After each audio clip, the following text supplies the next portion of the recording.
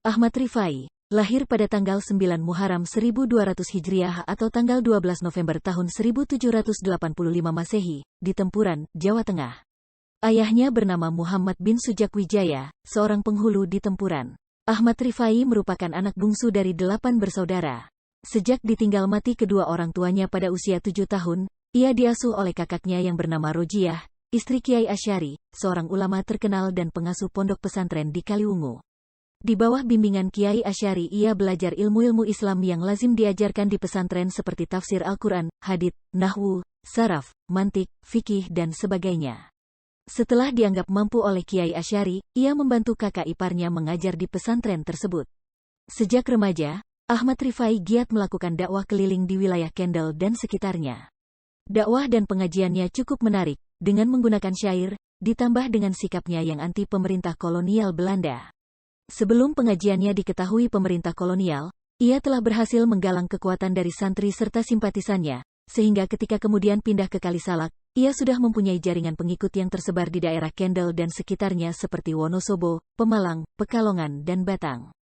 Dalam berdakwah, ia tidak segan-segan menghujat penguasa kolonial dan birokrat pribumi yang berkolaborasi dengan pemerintah kolonial. Ia memandang pemerintah kolonial Belanda sebagai sumber kerusakan yang terjadi pada masyarakat Jawa pada masa itu. Ia mengobarkan semangat pada masyarakat untuk melakukan perlawanan terhadap pemerintah kolonial Belanda dan mengatakan bahwa perang melawan penguasa Belanda sebagai perang sabil, jika gugur akan mati syahid. Dalam usia 30 tahun, sumber lain menyebut usia 46 tahun, ia menunaikan ibadah haji atas biaya kakaknya. Selama di Mekah ia tinggal beberapa tahun untuk menuntut ilmu di sana. Sudah menjadi kebiasaan orang-orang pada masa itu, di samping menunaikan ibadah haji juga menuntut ilmu pada ulama setempat. Mekah dan Madinah atau yang biasa disebut Haramain, dua tempat suci, menduduki posisi yang sangat penting dan menjadi daya tarik tersendiri bagi umat Islam. Mekah dan Madinah memiliki kedudukan yang berkaitan dengan ibadah haji, kota kelahiran dan pertumbuhan awal Islam maupun pusat ilmu agama Islam. Selama di Mekah, Ahmad Rifai berguru kepada sejumlah ulama di sana. Guru-gurunya antara lain, Syekh Ibrahim Al-Bajuri, Syekh Abdurrahman, Syekh Isa Al-Barawi, dan Syekh Faqih Muhammad bin Abdul Aziz Al-Jaisi. Saat di Mekah, sumber lain menyebut di Mesir, ia bertemu dengan dua ulama terkenal Jawa yaitu Imam Nawawi dari Banten dan Kiai Kolil dari Madura. Ketiganya sangat prihatin dengan kondisi keagamaan masyarakat di Jawa yang masih jauh dari nilai-nilai Islam. Hal ini diperparah dengan hadirnya penjajah Belanda di Jawa. Mereka bertiga mengadakan musyawarah dan hasilnya adalah mereka sepakat untuk mengadakan pembaharuan dan pemurnian Islam lewat pengajian, dialog, dan penerjemahan buku-buku berbahasa Arab ke dalam bahasa Jawa. Selain itu ketiganya berbagi tugas untuk menulis buku. Ahmad Rifai menulis buku-buku yang membahas fikih, Nawawi menulis buku yang membahas usuluddin, dan Kolil menyusun buku tasawuf. Sesudah menuntut ilmu di Mekah ia pulang ke Kendal, dan membantu kakaknya mengajar di pesantren.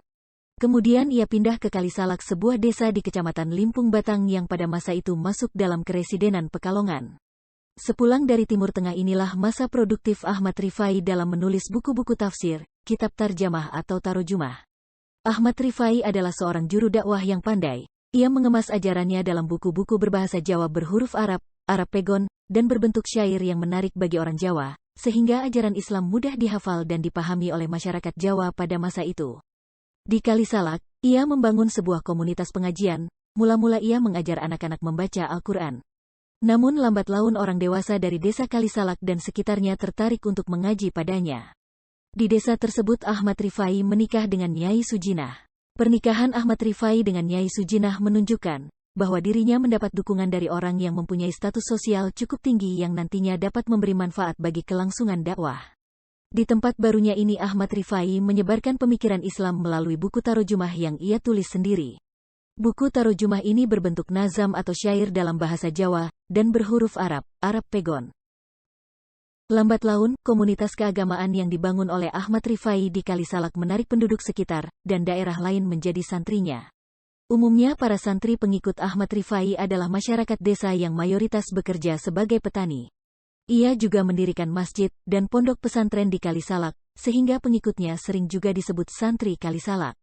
Dakwah yang mengobarkan semangat anti penjajah itu semakin meresahkan pemerintah kolonial Belanda. Akhirnya Ahmad Rifai diasingkan ke Ambon oleh pemerintah kolonial Belanda. Meskipun jauh dari pengikutnya, ia masih sempat mengirimkan pesan-pesan serta beberapa buku karyanya ke murid-muridnya. Antara lain Targhibul Mitalab tentang Usuluddin, Hidayatul Himah tentang tasawuf, Kaifiyatul Miqsad tentang ibadah dan Nasihatul Haq tentang tasawuf. Setelah diasingkan ke Ambon, kemudian ia dipindahkan ke Manado hingga akhirnya meninggal dunia pada tanggal 25 Rabiul Akhir 1286 Hijriah atau tanggal 4 Agustus tahun 1869, pada usia 83 tahun, di Manado, Sulawesi Utara.